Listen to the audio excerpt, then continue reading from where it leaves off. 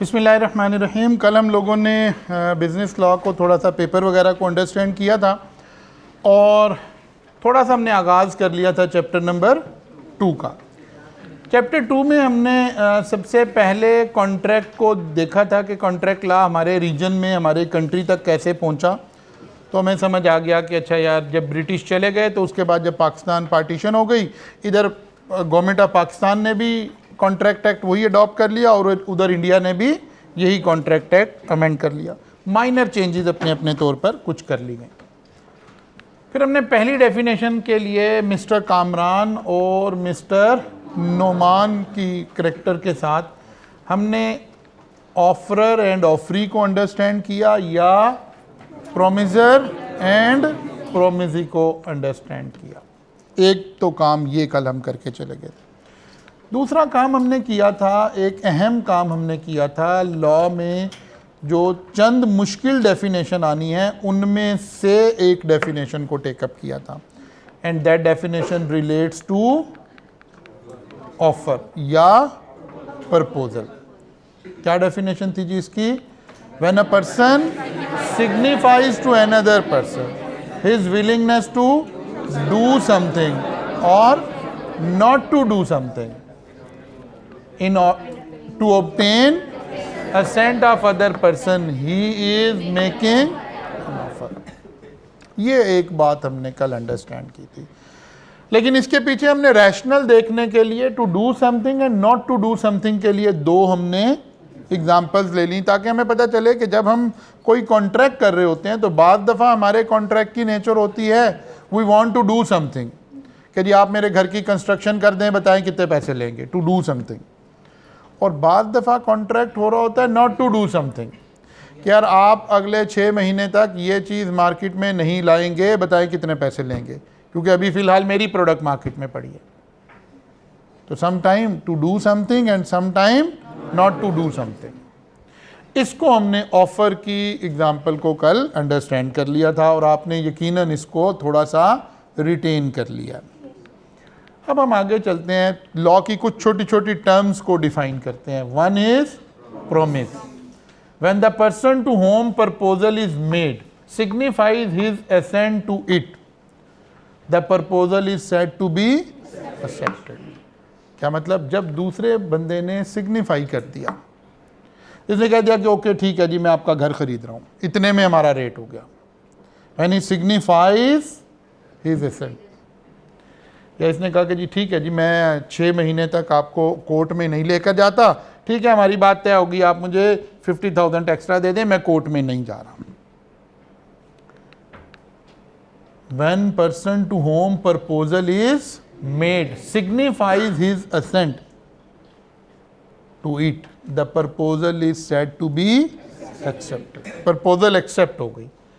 अब proposal when accepted become promise. तो promise की डेफिनेशन हमारे पास आ गई। अब प्रपोजल व्हेन एक्सेप्टेड, तो ये क्या बन गया है? प्रोमिस बन गया। इसका मतलब है, मैं ऐसे लिख सकता हूं, प्रपोजल में जब एक्सेप्टेंस ऐड हो गई है तो क्या बन गया है? प्रोमिस बन गया। प्रपोजल यकतरफा अमल था। Would you purchase my house for ₹10 million? It's a one sided statement. This is proposal. आपने कहा yes I am willing to purchase your house for ₹10 million। When proposal accepted it become promise. Clear होगी बात जी? अच्छा जी, फिर और आगे चलता है law. Agreement. Every promise and every set of promises forming consideration for each other is an agreement. Promise क्या था? एक प्रपोजल थी और उसको कोई एक्सेप्ट कर रहा था, तो क्या हो गया? प्रॉमिस हो गया, एग्रीमेंट नहीं हुआ। लॉ भी कह रहा है एग्रीमेंट नहीं हुआ, बल्कि क्या हो गया? प्रॉमिस हो गया। वो कहता है कि अगर इस प्रॉमिस में कंसीडरेशन इन्वॉल्व कर लें, कंसीडरेशन का मतलब है समथिंग इन एक्सचेंज, कि ओके अगर मैं ऐसा करूंगा तो फिर मुझे क्या मिलेगा। When consideration is added to promise, तो फिर लॉ इसको कह रहा है अब क्या हो गया है? एग्रीमेंट हो गया। ये सीला ले आया, मैंने बीला मंगाया। नहीं ठीक है, सॉरी, बीला ही है बेटा। ये बच्चों का जो लोग ऐड नहीं हुए, बच्चियों का जो लोग ऐड नहीं हुए, ग्रुप में ऐड हो जाएं ताकि मैं आपको नोट सेंड कर दूं। कुछ बात समझ आई है? प्रॉमिस कब बना था? जब प्रपोजल में एक्सेप्टेंस ऐड कर दी थी तो उसका नाम हमने क्या रख दिया था? प्रॉमिस। अब प्रॉमिस तक तो पहुंच गए। प्रॉमिस में अगर कंसीडरेशन भी ऐड कर दे तो ये एग्रीमेंट हो गया। अभी भी हम वहां नहीं पहुंचे जहां पहुंचना चाह रहे हैं। कॉन्ट्रैक्ट मैं अभी बताता हूं, करता हूं मैं एक्सप्लेन। मुझे ये एक चीज और ऐड कर लेने दें, फिर मैं दोबारा आता हूं इस पर। Contract, an agreement enforceable by law is contract. तो कहते हैं कॉन्ट्रैक्ट का मतलब हो गया मुआहदा हो गया, एग्रीमेंट का मतलब हो गया मुआहदा हो गया। हमारा आपका कोई एग्रीमेंट हो गया, मुआहदा हो गया। वो कहते हैं यार अब एक बात और सोचनी है, हमने एक आपस में एक एग्रीमेंट कर लिया, एक मुआहदा हो गया है, अगर मैं अपनी बात पूरी नहीं करता तो क्या होगा? वो कहते तो क्या होगा भाई, बस मैं नाराज़ हो जाऊंगा। वो कहते अच्छा ठीक है, ये फिर एग्रीमेंट की बात हो रही है। वो कहते जी तो क्या होगा? कहते फिर मैं आपसे बोलूंगा नहीं। तो कहते ना बोलना भाई, ठीक है ना। एक दोस्त को आपने घर पे खाने पे बुलाया, आपने सारा खाना वाना तैयार कर लिया, सब कुछ हो गया। उसने कहा यार सॉरी मैं तो कहीं स्ट्रक अप हो गया हूँ, मैं नहीं आ सकता। तो आप क्या होंगे? नाराज होंगे, ज़रा फ्रैंक दोस्त होगा, उसे बुरा भला कहेंगे या उसे अदालत में ले जाएंगे? अदालत में ले जाएंगे कि नहीं ले जाएंगे? नहीं ले जाएंगे। ऐसे मुआहदे जिसकी खिलाफ वर्जी करने पर हम अदालत में ना जा सकते हो, दे आर कॉल्ड एग्रीमेंट। और ऐसे मुआहदे which is enforceable by law, कि अगर तुम नहीं करोगे तो तुम्हारी ऐसी की तैसी। एनफोर्सेबिलिटी का मतलब है अदालत में चले जाएंगे, इसको कॉन्ट्रैक्ट कह रहे हैं। एग्रीमेंट और कॉन्ट्रैक्ट में एनफोर्सेबिलिटी का फ़र्क है। मतलब एक शख्स से आपने गाड़ी खरीदी, आपने उसे 10 लाख रुपया एडवांस दे दिया, उसने कहा यार अगले संडे को मैं गाड़ी आपको ट्रांसफ़र कर दूंगा और आप बाकी के पैसे दे देना। अब ना वो गाड़ी दे रहा है ना पैसे दे रहा है, तो आप 1 दिन 2 दिन 4 दिन के बाद क्या करोगे? एनफोर्सेबिलिटी पे जाओगे, अदालत में जाओगे कि भाई इसने ये पैसे लिए हैं, ये मैंने क्रॉस चेक से इसको पैसे दिए हुए हैं और ये मेरा इसका मुआहदा है, ये स्टाम्प पेपर पे हमने लिखा था, अब ये ना गाड़ी दे रहा है ना पैसे दे रहा है। एनफोर्सेबिलिटी, इसका मतलब है ये कॉन्ट्रैक्ट है। लेकिन वो जो अभी दोस्त वाली बात कर रहे थे उसे तो हम अदालत नहीं लेके जाएंगे, इसका मतलब है वो एग्रीमेंट की बात हो रही थी। अभी करते हैं कंसिडरेशन पे, मैं वापस आता हूं। जी बेटा। जी नहीं, हर कॉन्ट्रैक्ट एग्रीमेंट भी होता है, हर एग्रीमेंट कॉन्ट्रैक्ट नहीं होता। एग्रीमेंट में एनफोर्सेबिलिटी डालेंगे तो कॉन्ट्रैक्ट बनेगा। जैसे अब जरा और पीछे चलते हैं, हमने प्रपोजल में एक्सेप्टेंस ऐड की तो प्रॉमिस बन गया। प्रपोजल में एक्सेप्टेंस ऐड की तो प्रॉमिस बन गया। मैं उन्होंने कहा यार आप ना 6 महीने तक, जरा पिछली अपने एग्जाम्पल पे वापस चलते हैं, वहां से कनेक्ट करते हैं। रमला और कमला की जो कहानी चल रही थी, रमला ने कमला जी से कहा कि यार आप मुझे ना अदालत ना लेके जाओ, 6 महीने में मैं आपके पैसे दे दूंगा। ने कहा अच्छा यार चलो ठीक है। क्या हुआ? प्रॉमिस हुआ। उसने कहा नहीं नहीं हाँ ठीक है मैं नहीं ले जाऊंगा, मुझे क्या मिलेगा? उसने कहा 50,000 मिलेंगे। कंसिडरेशन इन्वॉल्व हो गई है। इसका मतलब है हर प्रॉमिस में कंसिडरेशन जरूरी नहीं है। बाज़ दफ़ा प्रॉमिस बगैर कंसिडरेशन के हो रहे हैं। इसीलिए लॉ क्या कह रहा है कि प्रॉमिस के लिए तो है एक शख्स प्रपोजल दे रहा और दूसरा उसको एक्सेप्ट कर ले, पता नहीं बीच में कोई कंसिडरेशन इन्वॉल्व है या नहीं है। बात समझ आ रही? कोई कंसिडरेशन इन्वॉल्व है कि नहीं है? अगर नहीं है तो भी सिर्फ प्रॉमिस हुआ है, और अगर बीच में कंसिडरेशन भी शामिल हो गई है तो एग्रीमेंट हो गया। और अगर बीच में इंटेंशन ये भी है कि अगर आप नहीं करोगे तो मैं अदालत जाऊंगा, तो फिर कॉन्ट्रैक्ट हो गया। अब बात समझ आई है? ठीक है ना?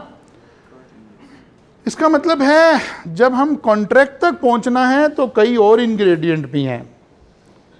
पहले कोई प्रपोजल हो, कोई एक्सेप्टेंस हो, प्रॉमिस बने, प्रॉमिस के अंदर कंसीडरेशन आए, कंसीडरेशन के अंदर ये इंटेंशन आए, ये इरादा आए दोनों पार्टीज का कि अगर हम इसे पूरा नहीं करेंगे तो फिर जो बंदा डिफॉल्ट करेगा दूसरा बंदा उसे अदालत लेकर जाएगा, एनफोर्सेबिलिटी। तो फिर कॉन्ट्रैक्ट बनेगा। जब कॉन्ट्रैक्ट बन जाएगा, मसलन अब जरा हम पहले इसको थोड़ा सा और एक वो कर लेते हैं, ऊपर एक एग्जांपल मैं ले लूं ताकि मैं फिर थोड़ा सा एक बात और समझा दूं। Tom agree to sell his car to Jerry for ₹500,000। कितनी पार्टीज हो गई जी? 2 पार्टीज हो गई, एक टॉम आ गई और दूसरा टॉम ने क्या प्रॉमिस किया है? Tom promise to sell the car to Jerry. ठीक है, Jerry's payment serve as consideration to Tom. अब ये जो कंसिडरेशन है ना, ये एक 2 वे ट्रैफिक का नाम है। जरा टॉम के शू में देखें तो प्रॉमिस क्या है? To sell the car. Consideration क्या है? जो पैसे मिलेंगे। जेरी के शू में आए तो प्रॉमिस क्या है? पैसे देना। कंसिडरेशन क्या है? इसका मतलब है जो इसकी कंसिडरेशन है वो उसका प्रॉमिस है, और जो उसका प्रॉमिस है वो इसकी कंसिडरेशन। मसलन आप हफीज सेंटर चले गए, आपने कहा यार मैंने फ़ोन परचेज़ करना है। आप एक शॉप पर गए, उससे पूछा यार iPhone 14 पड़ा है? उसने कहा हाँ यार है। कहा जी कितने रुपए का है? उसने कहा जी 4.5 लाख रुपए का है। आपने कहा यार ठीक है। अब क्या हुआ? 4.5 लाख रुपया उस शॉपकीपर के लिए क्या है, और आपके लिए? और जो आपको कंसिडरेशन में क्या मिल रहा है? मोबाइल मिल रहा है। इसका मतलब है is a 2 way street. Her payment एक दूसरे के लिए जब हम कुछ एक्सचेंज कर रहे हैं तो वो क्या बन रहा है? कंसिडरेशन बन रहा है। ठीक होगी बात? वापस आते हैं अपनी बात पर। Contract, an agreement enforceable by law is, contract की डेफिनेशन आ गई हमारे पास। असल में तो हम इस एक्ट को पढ़ना चाह रहे हैं ना, कॉन्ट्रैक्ट एक्ट को पढ़ना चाह रहे हैं। An agreement enforceable by law. An agreement, इसका मतलब है एग्रीमेंट तो है। जब एग्रीमेंट है तो इसके पिछली सारी बातें पूरी हो गई। इसका मतलब है कोई प्रॉमिस है, और प्रॉमिस का मतलब है कोई ऑफर थी, कोई एक्सेप्टेंस है, पिछली चेन खुद ही पूरी हो गई। एन एग्रीमेंट का मतलब है पिछली चेन पूरी हो गई है, क्योंकि एग्रीमेंट तक कैसे पहुंचे थे? पहले किसी ने प्रपोजल दी थी, उसमें एक्सेप्टेंस आई थी, प्रॉमिस बना था, उसमें कंसिडरेशन आई थी, एग्रीमेंट बना था। वो कहते हैं यहां तक तो खड़े हो आप। An agreement enforceable by law. An agreement enforceable by law is contract. इसका मतलब है कॉन्ट्रैक्ट में 2 बातें हो गई। एक तो एग्रीमेंट होना ज़रूरी हो गया, और दूसरा एनफोर्सेबिलिटी हो गई। अच्छा जी, और एग्रीमेंट में जाहिर है 2 चीज़ें बाय डिफ़ॉल्ट खुद ही आ गई। कौन कौन सी? ऑफर एंड एक्सेप्टेंस, और फिर एनफोर्सेबिलिटी भी आ गई। अच्छा जी, ज़रा देखते हैं कुछ और 1-2 कॉन्ट्रैक्ट की एग्जांपल लेते हैं। जब हम कहते हैं ना, हेलो आप जब क्लास में एसी और चलवाएं यार, बच्चे तंग हो रहे हैं। अच्छा जी, एनफोर्सेबल बाय लॉ, जब हम कॉन्ट्रैक्ट्स को देखते हैं तो हम कहते हैं कि बाद दफ़ा कुछ लोग ऐसे कॉन्ट्रैक्ट साइन कर लेते हैं जो इम्पॉसिबल टू परफॉर्म होता है। ठीक है, वो कहता है यार इस तरह के जो कॉन्ट्रैक्ट है ना ये इन्फोर्सेबल बाई लॉ नहीं है। मसलन एक आदमी ने एक बंदे से मुआहदा किया कि अगर कोई बंदा मर गया मैं उसे जिंदा कर दूंगा। अब ये तो नहीं हो सकता, ये तो इम्पॉसिबल इवेंट है। तो अब वो कहे जी अदालत में ले जाए कि जी बंदा मेरा जिंदा नहीं कर रहा, तो अदालत कह रही यार इस तरह के फजूल कामों के लिए हम नहीं बैठे। जो इम्पॉसिबल किस्म की आप कोई कॉन्ट्रैक्ट आपस में कर रहे हैं, they are not enforceable by law. क्या कहता है कोई इलीगल कॉन्ट्रैक्ट कर दिया, कहता जी मैंने इसे 2 करोड़ रुपया दिया है, इसने मुझे हीरोइन सप्लाई करनी थी, देखें जज साहब ये दे नहीं रहा हीरोइन। अदालत कह रहे हमें माफ़ कर दें, हमें कोई और काम सुन लेने दें, इस तरह की बातें हम नहीं सुन सकते। ठीक है ना, इसका मतलब है अगर कोई कॉन्ट्रैक्ट इम्पॉसिबल टू परफॉर्म है तो अदालत इसे भी इन्फोर्सेबल नहीं समझती, इन्फोर्सेबल बाई लॉ नहीं है। अगर आप कोई इलीगल चीज़ों के कॉन्ट्रैक्ट कर रहे हैं, they are also not enforceable by law. हाँ, वो कहते हैं कि असल में इन्फोर्सेबल बाई लॉ का मतलब है कि देयर मस्ट बी इंटेंशन, दो पार्टीज का उस वक्त इरादा क्या था आपस में, जाहिर है दोनों लोगों का आपस में इंटेंशन क्या थी। क्या हो गया भाई, चला दिया।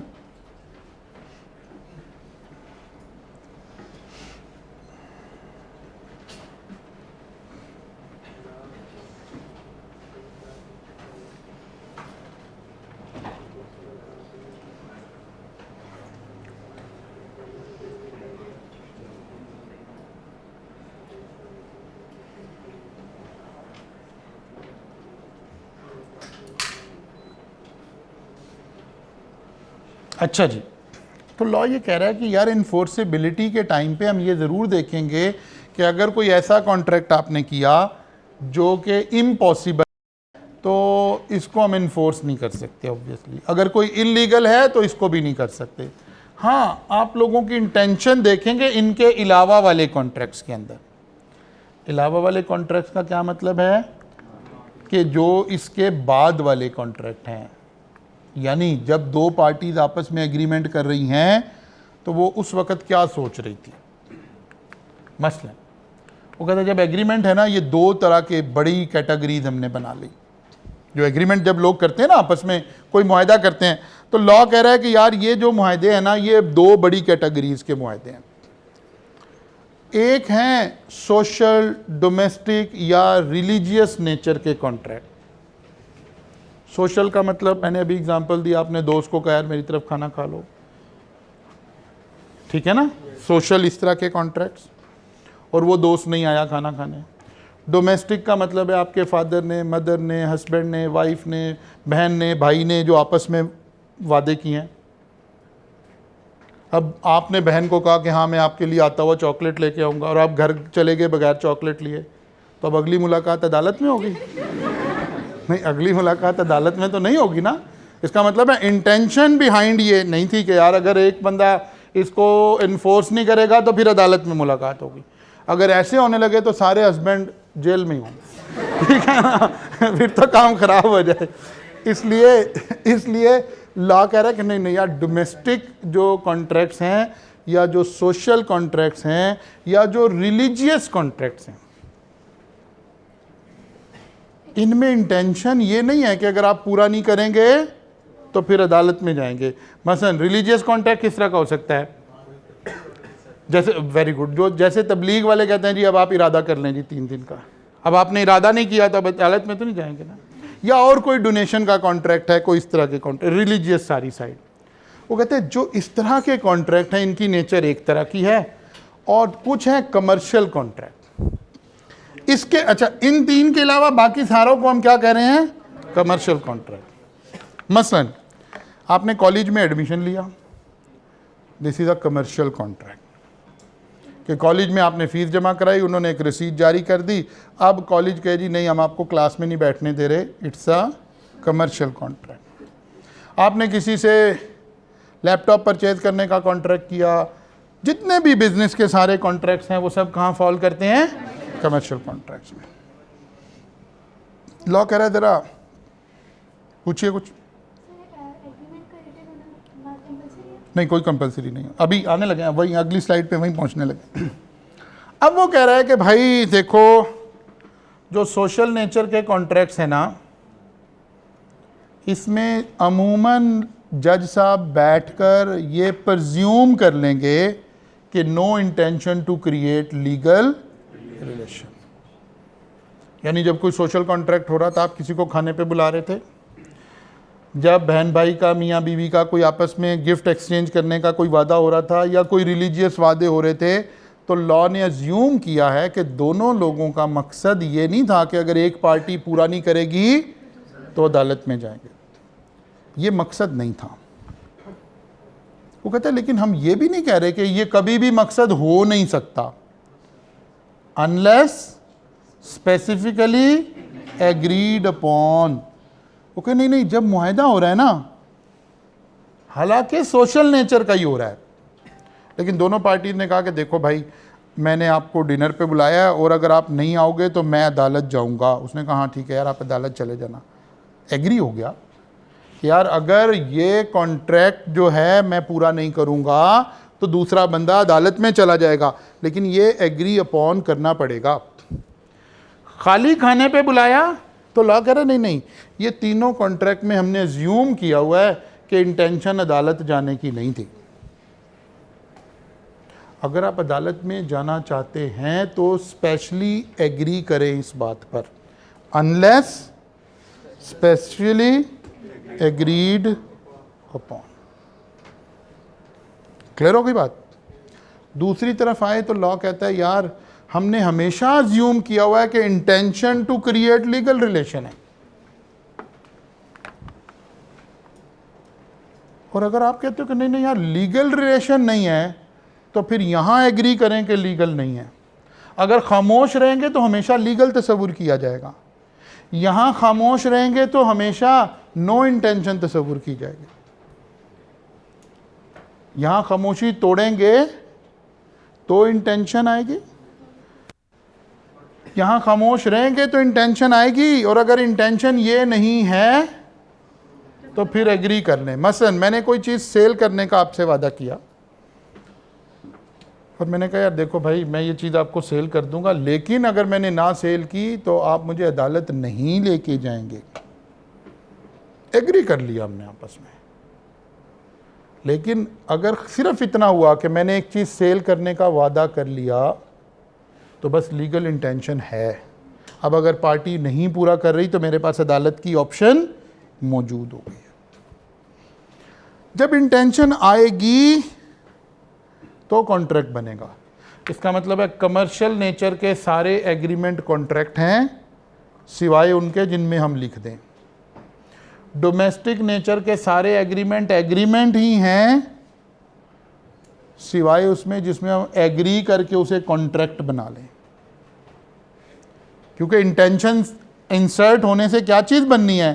कॉन्ट्रैक्ट बनना है। इंटेंशन माइनस कर दें उसमें से तो एग्रीमेंट बच जाना है ना। ये बात समझ आ रही है? सोशल नेचर के एग्रीमेंट्स एग्रीमेंट कहलाएंगे। आप उन्हें कॉन्ट्रैक्ट बनाना है तो स्पेशली एग्री करना पड़ेगा। Social, domestic, religious. क्लियर हो गई बात? कमर्शियल नेचर के सारे एग्रीमेंट हमेशा कॉन्ट्रैक्ट हैं। अगर उन्हें एग्रीमेंट बनाना है तो स्पेशली एग्री करना पड़ेगा। क्लियर हो गई बात जी? अच्छा जी, हम एक एग्जांपल लेते हैं। मिस्टर ए ने मिस्टर बी को चाय पर बुला लिया कि जी आप मेरी तरफ चाय पी लें। कौन सा एग्रीमेंट है? उसने ऑफर किया, उसने एक्सेप्ट किया, प्रॉमिस बन गया। क्या कोई कंसिडरेशन इन्वॉल्व है? तो ये क्या बन गया? इसी तरह हस्बैंड ने वाइफ को एक गोल्ड रिंग लेने का वादा कर दिया। Domestic, offer acceptance. Mister x ने मिस्टर एम को डोनेशन देने का वादा कर लिया। Religious, social, domestic, religious. Mister x ने मिस्टर वाई को मोबाइल सेल करने का वादा कर दिया, कमर्शियल। इसका मतलब हमें सबसे पहले ये लाइन ड्रॉ करनी पड़ेगी कि जो कॉन्ट्रैक्ट हमारे आपस में हो रहे हैं वो डोमेस्टिक हैं, सोशल हैं, डोमेस्टिक हैं, रिलीजियस हैं या कमर्शियल हैं। फिर और भी एवेल्यूएट करना पड़ेगा।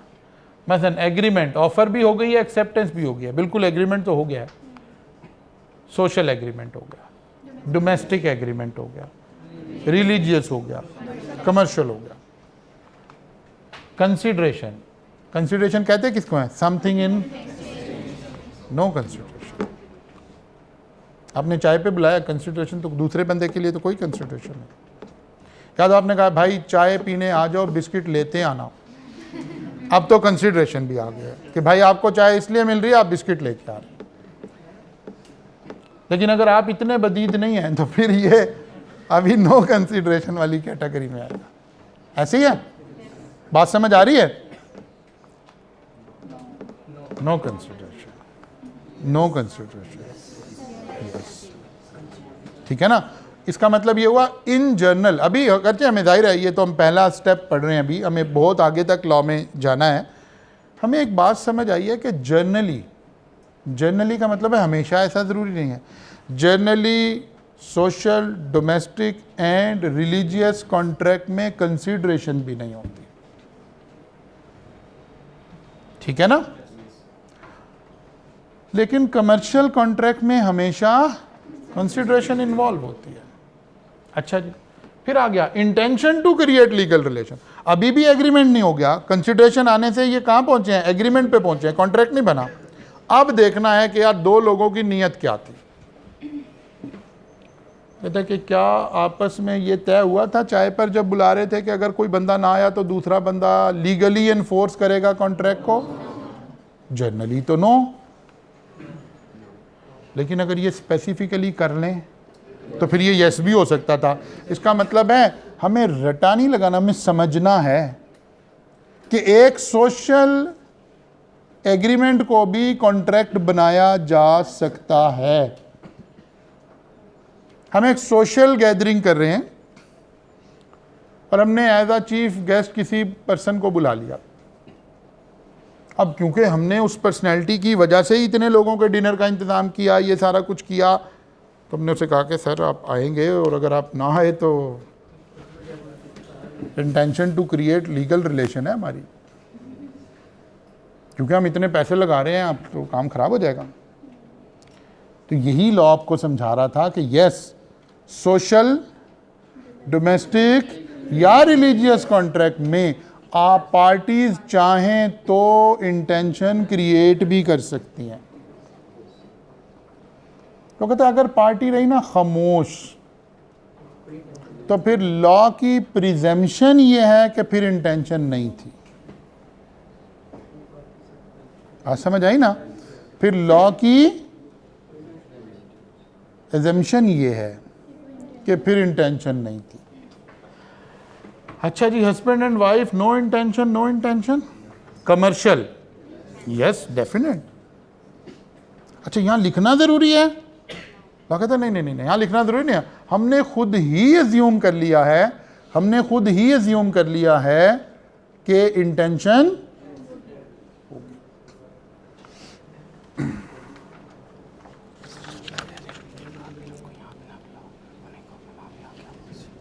यार हमने करना क्यों है इसको? वही बात, आप 3 बजे अवेलेबल हैं हाफिज साहब, आप बात को समझेंगे, मैं आपको बात नहीं, मैं देखता हूँ, दे रहा हूँ आप 3 बजे अवेलेबल हैं, आप 3 बजे से पहले अवेलेबल नहीं है। अच्छा जी, बात समझ आ गई है जी? अब हम करते हैं ना इस, अब हमने इसको आइडेंटिफाई करना है कि ये एग्रीमेंट तक भी पहुंचे हैं कि नहीं पहुंचे हैं। बात समझ आई? इसीलिए तो ऐसे बना रहे हैं एग्जाम्पल। यही तो हमने माइंड को सेकंड आर्गुमेंट लेने पर एग्री करना है। एग्रीमेंट के लिए क्या क्या ज़रूरी था जी? एक ऑफर हो, एक एक्सेप्टेंस हो और कंसिडरेशन भी हो। अब चाय वाली बात में अगर कंसिडरेशन नहीं है तो ये सिर्फ प्रॉमिस है, सोशल नेचर का एक प्रॉमिस है। लेकिन अगर इसमें कंसिडरेशन आ भी गई है, कौन सी, कि चाय मैं पिलाता हूं, बिस्किट तुम ले आओ, कंसिडरेशन तो आ गई है, लेकिन अभी भी ये एग्रीमेंट पे पहुंचा है, कॉन्ट्रैक्ट नहीं बना। लेकिन अगर साथ ही हमने कहा कि अगर तुम आए नहीं तो भाई फिर अदालत में जाएंगे, उसने कहा ठीक है जी डन हो गया, अब ये कॉन्ट्रैक्ट बन गया। इसीलिए तो अलग अलग करके देख रहे हैं कि क्या चीज ऐड हो जाए तो क्या बन जाता है, क्या डिलीट हो जाए तो क्या बन जाता है। ठीक है ना, हस्बैंड एंड वाइफ, इसी तरह ये, इसी तरह ये। फिर आगे जाके हम एक और लॉ में थोड़ा आगे चलेंगे तो हम कुछ और बातें भी पढ़ेंगे कि बाद दफ़ा कुछ जगहों पर लॉ हमें एग्जेम्पशन दे देगा कि यहाँ कंसिडरेशन ना भी होना तो कोई बात नहीं है। अगरचे ये आगे की बात है, मैं एक फ़िक्रा बोल देता हूँ ताकि हमारा टॉपिक कहीं लिंक हो जाए। हम इस उसूल पर पहुँचे हैं, हम यहाँ तक के सारी बातों के बाद हम इस नतीजे पर पहुँचे हैं कि भाई अगर अगर अगर अगर अगर कंसिडरेशन ना हो तो एग्रीमेंट ही नहीं हुआ। अगर एग्रीमेंट नहीं है तो कॉन्ट्रैक्ट भी नहीं है, दायरा है। लेकिन लॉ आगे जाकर आपको एक बात बताएगा कि नहीं नहीं, देयर आर सम कॉन्ट्रैक्ट जिसमें कंसिडरेशन नहीं होगी, ना सिर्फ वो एग्रीमेंट होंगे बल्कि कॉन्ट्रैक्ट भी हो सकते हैं। कुछ एक्सेप्शन भी तो आ जाएंगे ना, कुछ जर्नल उसूल होते हैं। जर्नल उसूल क्या है? No consideration no contract. लिख लें कहीं तरह, जर्नल उसूल क्या है हमारा? No consideration no contract. क्या आप अदालत चले जाएं? नहीं, अदालत क्यों चले जाएं भाई? एक बंदे ने आपसे कंसिडरेशन कोई भी नहीं लिया, आपको एक फेवर देने की बात की है, अब आप उसे अदालत ले जाएंगे? No, no consideration no contract. लेकिन आगे जाके फिर पढ़ेंगे कि नहीं नहीं, देयर आर सम एक्सेप्शन, हर जगह ये उसूल नहीं लगेगा। अच्छा जी, चलिए जी, तो फिर हमें यहां से समझ आ गई कि इसमें से किसको एग्रीमेंट बनाएं, किसको सिर्फ प्रोमिस बनाएं। ठीक है ना? देखिए जी, एक एग्जांपल लेते हैं। Adil invited Babar on a dinner at his house. Babar accepted the invitation. It is a social agreement.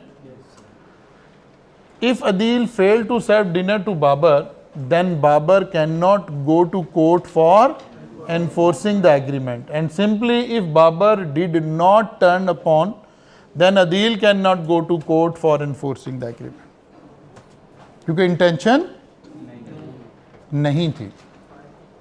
और अगर बता दिया जाए क्लियरली कि नहीं इंटेंशन थी, तो फिर ये क्या बन जाएगा? कॉन्ट्रैक्ट बन जाएगा। ठीक होगी बात जी? जी जी, यहाँ प्रोमिस और कॉन्ट्रैक्ट को हम सोशल में ले लेते हैं क्योंकि वहाँ एक अभी वो एक एक्सेप्शन आगे जाके पढ़ेंगे जिसका मैंने जिक्र किया है, उसकी वजह से इसको कह रहे हैं। Adil invite Babar on a dinner at some function. Babar accepted the invitation and it is agreed upon that they have legal intention to enforce. बस अब इस लॉ ने, इस लाइन ने डोमिनेट कर दिया है। इस लाइन ने इसको क्या बना दिया है? कॉन्ट्रैक्ट बना दिया है। हाँ, ये बड़ी मुश्किल लाइन है। जब अच्छा लॉ जब हम पढ़ेंगे ना, आहिस्ता आहिस्ता आगे चलेंगे, तो कई दफ़ा आप कहेंगे कि अच्छा सर ये बात साबित कैसे होगी? तो उसका एक जवाब मेरा हुआ करेगा आपको क्लास में कि हम लॉ को पढ़ रहे हैं। लॉ साबित कैसे होगा ये एक अलग इल्म है जो कि हमें चार्टर्ड अकाउंटेंट को यहाँ नहीं पढ़ाया जा रहा कि ये बात मैं साबित कैसे करूँगा, ये नहीं पढ़ाया जा रहा। साबित वकील करेगा। तो जो लोग भी कर रहे हैं ना, उन्हें ये इल्म भी पढ़ाया जाता है कि अच्छा यार अगर ये बात साबित करनी है तो साबित कैसे होना है। मसलन अभी हम पढ़ेंगे कि लॉ जो हम एग्रीमेंट बना रहे हैं, जो हम कॉन्ट्रैक्ट बना रहे हैं, इसका राइटिंग में होना ज़रूरी नहीं है। अच्छा, मेरा और एक बंदे का वर्बली एग्रीमेंट हो गया, कॉन्ट्रैक्ट बन गया, तो कल को मैं साबित कैसे करूँगा? ये एक अलग साइंस है। कि जी फिर मेरे पास कोई गवाह होने चाहिए, फिर वो गवाह जाएंगे अदालत में जाके हलफ उठाएंगे, जो कहूँगा सच कहूँगा, सच के अलावा कुछ नहीं कहूँ, वो एक अलग शोबा है, वो नहीं हमें पढ़ाया जा रहा। हमें बताया जा रहा है लॉ क्या कह रहा है, साबित कैसे करना है ये हमारा काम नहीं है इस वक्त। लीगल इंटेंशन, ठीक है ना। अब आप कहें कि सर ये पता कैसे चलेगी, तो ये फिर वही वाली साइड होगी। एग्जाम में हम देखेंगे ये लाइन लिखी है तो फिर कॉन्ट्रैक्ट बना लिया करेंगे, नहीं लिखी है तो एग्रीमेंट पे छोड़ देंगे। अच्छा जी, in exam if it is clearly mentioned that parties have legal intention then we consider it enforceable by law. Only written agreement will not create, वो कहता है जी ये तो हमने लिखा हुआ था, नहीं नहीं एग्रीमेंट में ये लिखा हुआ था कि हम अदालत जाएंगे, ये नहीं लिखा हुआ था। वो कहता है नहीं नहीं देखो ना यार हमने एग्रीमेंट लिख कर किया ही इसलिए था। वो कहता है नहीं नहीं ऐसे नहीं है, ये वाली बात अलग से लिखनी है कि हमारी इंटेंशन है टू क्रिएट लीगल रिलेशन। ये बात समझ आई है? यानी किसी ने किसी को चाय पर बुलाया और ये एग्रीमेंट लिख लिया तो एक कॉन्ट्रैक्ट नहीं बन गया। एग्रीमेंट का लिखा होना कॉन्ट्रैक्ट नहीं बन रहा, क्योंकि लिखा होना तो जरूरी कोई नहीं है। लॉ तो कह रहा है लिखा होना जरूरी नहीं है। एग्रीमेंट तो किसी भी तरह से हो सकता है, लिख कर भी हो सकता है, अच्छी बात है लिख कर लें, बोल कर भी हो सकता है। लॉ तो इससे आगे जाता है, वो कहता है बगैर बोले भी हो सकता है। वो कहता है सम टाइम आप कोई लफ्ज़ इस्तेमाल नहीं करते लेकिन कॉन्ट्रैक्ट फिर भी हो जाता है। सिचुएशन से कॉन्ट्रैक्ट का अंदाज़ा लगा लिया कि ओके कॉन्ट्रैक्ट हो गया। आप एयरपोर्ट से बाहर आ रहे थे, एक कुली आया, उसने आपकी ट्रॉली पकड़ ली और आपने ट्रॉली छोड़ दी। कोई पैसे नहीं हुए, कोई तय नहीं हुआ, कुछ नहीं हुआ, वो आपकी गाड़ी तक पहुंच गया, उसने गाड़ी में डिग्गी में सामान रख दिया है, ट्रॉली साइड पे करके अब आप गाड़ी में बैठने लगे, बेचारा देख रहा है। कहा जी भाई जाते नहीं हो? कहता सर पैसे। कहता जी पैसे किस बात के हैं, मेरा तुम्हारा कोई एग्रीमेंट हुआ है? लॉ कहता है यस हुआ है, हालांकि अल्फाज भी एक्सचेंज नहीं हुए। लॉ कहता है जब आपने ट्रॉली पकड़ा दी थी ना, इसका ट्रॉली पकड़ना ऑफर था, आपका ट्रॉली पकड़ा देना एक्सेप्टेंस था। और इस तरह की सर्विसेज जनरली पेड होती हैं, तो जो इसकी रीजनेबल प्राइस थी वो एग्रीड होगी, आप इसको पैसे दें। तो कॉन्ट्रैक्ट करने के लिए लिखा होना तो बहुत दूर की बात है। आप क्लास से उठे और एक फ़ोन आपको क्लास में पड़ा हुआ मिला, आपने वो फ़ोन उठा लिया। चले कुली में तो बंदा नज़र आ रहा था ना, कम से कम पता तो चल रहा था। अब आपको तो नहीं पता किस बच्चे का मोबाइल है, कोई वैल्यूएबल चीज़ मिल गई है। लॉ कहता है आपका और इसके ऑनर का कॉन्ट्रैक्ट हो गया है, अब ये चीज़ इस तक पहुँचाएं। आगे पढ़ेंगे हम ये बात। इसका मतलब है वो जो हम कह रहे हैं कि कहीं लिख कर होगा, नहीं नहीं लिख कर नहीं होगा। लॉ कहता है ये लिख कर भी हो सकता है, बोल कर भी हो सकता है, बगैर बोले भी हो सकता है। तो कॉन्ट्रैक्ट की तो डिफरेंट सिचुएशंस हम आगे पढ़ेंगे। तो इसका लिखे होने से कुछ नहीं साबित होता। हाँ लिखा होगा तो कल को किसी बात को अदालत में जब साबित करना पड़ेगा तो आसानी होगी मेरे लिए कि यार ये देखें लिखा हुआ है, ये इसके साइन है। खाली बोली हुई बात को साबित करना ज़्यादा मुश्किल होगा, उसको कोई CID टाइप के ड्रामे देखने पड़ेंगे फिर कि किस तरह साबित करना है। ठीक होगी बात जी? अच्छा जी आगे चलते हैं। काइंड्स ऑफ ऑफर, यही मैं आपको पढ़ा रहा था, असल में मैंने सारा कुछ एक्सप्लेन कर दिया। वो कहता है जब कोई शख्स ऑफ़र करता है ना किसी एक बंदे को, तो ऑफ़र दो तरह से हो सकती है। वो कहता है ऑफ़र को क्लासीफाई करने के लिए भी दो तरीके हैं। नंबर एक, how made to whom made. वो कहता है हाउ मेड का तो मतलब है कि इम्प्लाइड ऑफ़र थी या कि एक्सप्रेस ऑफ़र थी।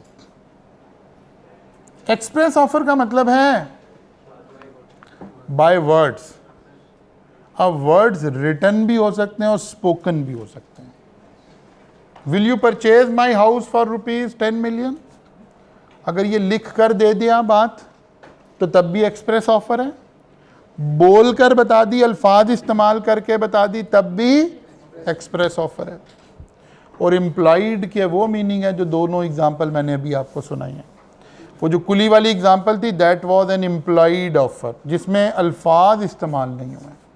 वो जो गुमी हुई चीज़ आपने उठा ली थी, वो एम्प्लॉइड वाली सिचुएशन में आ रही है। ठीक है ना? इसका मतलब है, वो कहते हैं यार ऑफर कैसे बनाई है इस एंगल से। अगर ऑफर को हम थोड़ा सा क्लासिफाई करने लगें तो ऑफर दो तरह की होती है, एक्सप्रेस या implied. Express means express by words, written और स्पोकन। एम्प्लॉयड मीन्स वर्ड नहीं इस्तेमाल हुए, सिचुएशन इस्तेमाल हुई है। एक किसी होटल में आप गए, वहाँ शू शाइनर बैठा हुआ था, आप जाकर उसकी सीट पर बैठ गए, उसने शूज़ पॉलिश करने शुरू कर दिए। अल्फाज का तो कोई इस्तेमाल नहीं हुआ। ये कौन सी ऑफ़र हुई है? एम्प्लॉयड वाली कैटेगरी की हुई है। आप बस स्टॉप पे खड़े हुए थे, एक ऑटो वाला आया, उसने ऑटो को स्लो किया, आप बैठ गए और उसे कहा फलां जगह चलना है।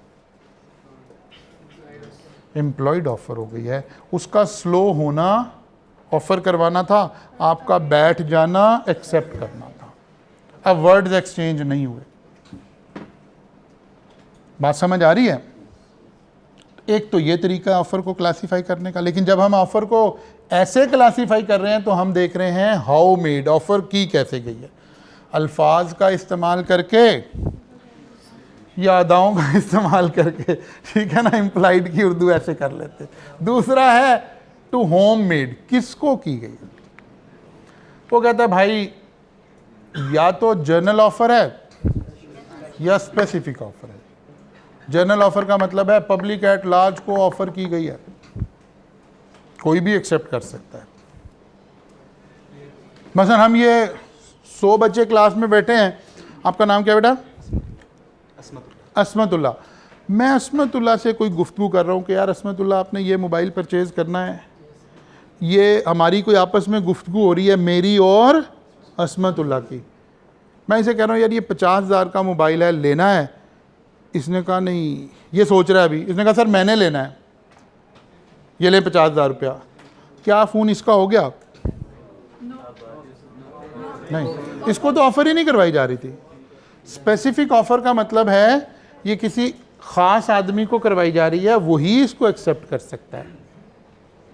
जनरल ऑफ़र का मतलब है पब्लिक एट लार्ज को करवाई जा सकती है, करवाई जा रही है, कोई भी इसको एक्सेप्ट कर सकता है। स्पेसिफिक ऑफर स्पेसिफिक पर्सन ही एक्सेप्ट कर सकता है।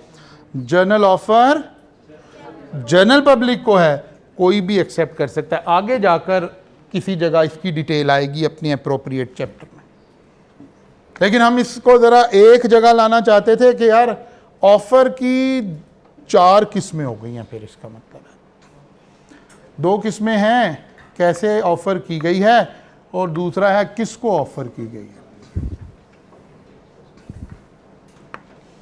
कुछ बात समझ आई? अब फिर हम आगे चलकर इनकी डिटेल पढ़ेंगे। क्या जनरल ऑफ़र के क्या प्रोटोकॉल हैं, कैसे ये एक्सेप्ट की जा सकती है। स्पेसिफिक ऑफ़र के क्या प्रोटोकॉल है, ये तो स्पेसिफिक पर्सन ही कर सकता है या उसका ऑथराइज पर्सन कर सकता है, दूसरा बंदा नहीं कर सकता। 2 लोगों की डील हो रही है, कोई एक प्रोडक्ट है वो सेल हो रही है, आप देख रहे हो यार ये बड़ी अच्छी प्रोडक्ट है, ये हटे तो मैं ले लूँ। अब वो अभी बार्गेनिंग चल रही है, आपने कहा यार ये मेरे से ले लो पैसे, नहीं नहीं आप बीच में ऐसे नहीं आ सकते। ये एक स्पेसिफिक ऑफर चल रही है, 2 स्पेसिफिक लोग आपस में डील कर रहे हैं।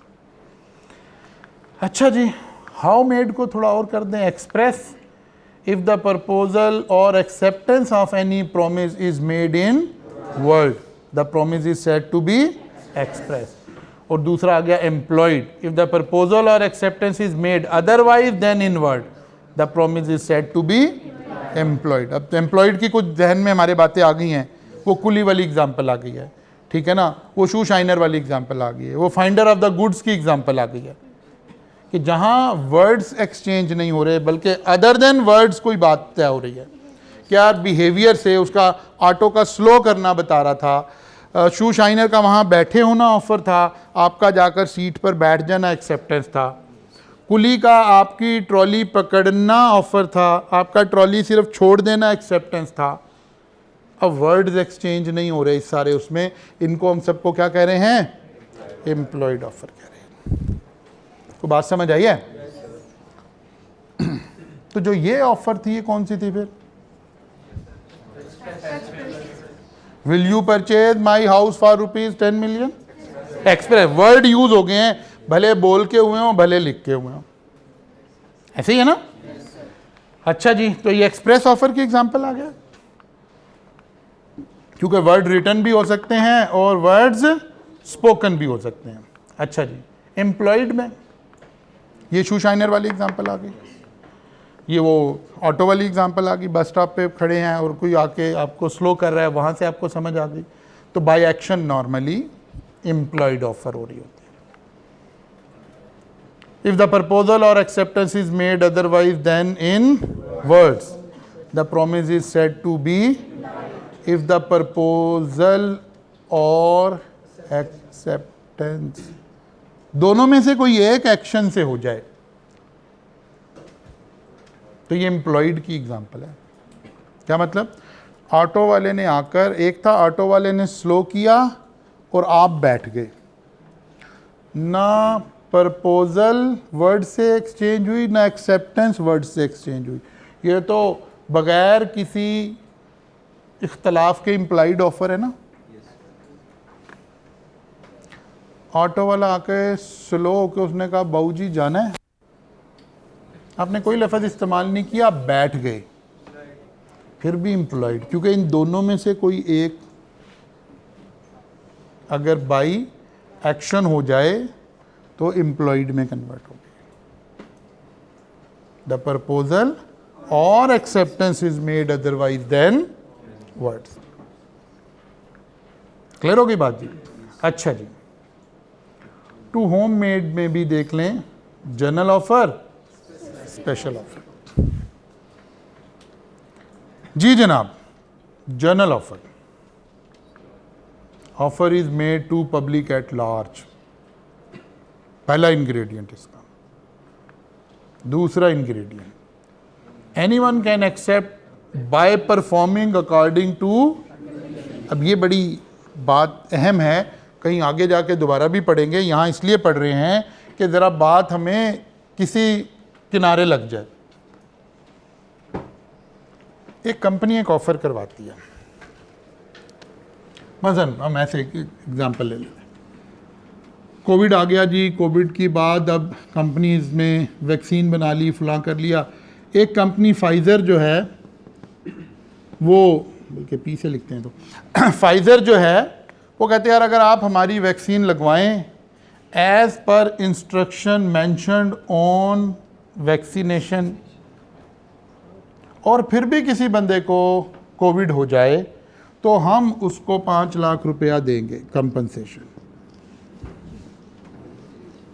ठीक है, जरा सुनिएगा क्या कह रहा हूं मैं। अगर किसी शख्स को एज पर इंस्ट्रक्शन जो मेंशन है उसके मुताबिक वो वैक्सीनेशन करवाए और फिर भी कोविड हो जाए तो उसको 5 लाख रुपया देंगे। अब ये इश्तार चला दिया कंपनी ने, एक बंदा गया, उसने मेडिसिन परचेज़ की, जो इंस्ट्रक्शन लिखी हुई थी उसके मुताबिक उसने लगा ली, खुदा ना खास्ता उसको कोविड हो गया। अब ये कंपनी के पास गया और कहा कि जनाब मुझे आपकी ये प्रपोज़ल थी, मुझे 5 लाख रुपया दें। तो कंपनी इसको ये कहे कि यार भाई तुमने ऑफ़र एक्सेप्ट की थी, हमें बताया था आके कि तुम ऑफ़र एक्सेप्ट कर रहे हो, ऐसे तो पागल है हम तुम्हें 5 लाख दे दें। लॉ कह रहा है नहीं, ये नहीं है, ये एक जर्नल ऑफ़र थी और जर्नल ऑफ़र की एक्सेप्टेंस का तरीका क्या है? Anyone can accept by performing according to the condition. आपने कंडीशन लगाई थी कि यार ये कंडीशन के मुताबिक आपने वैक्सीनेशन करनी है, उसने तो उसके मुताबिक की हुई है, इसका मतलब है कंपनी को अब ये 5 लाख देने पड़ जाएंगे। Journal offer.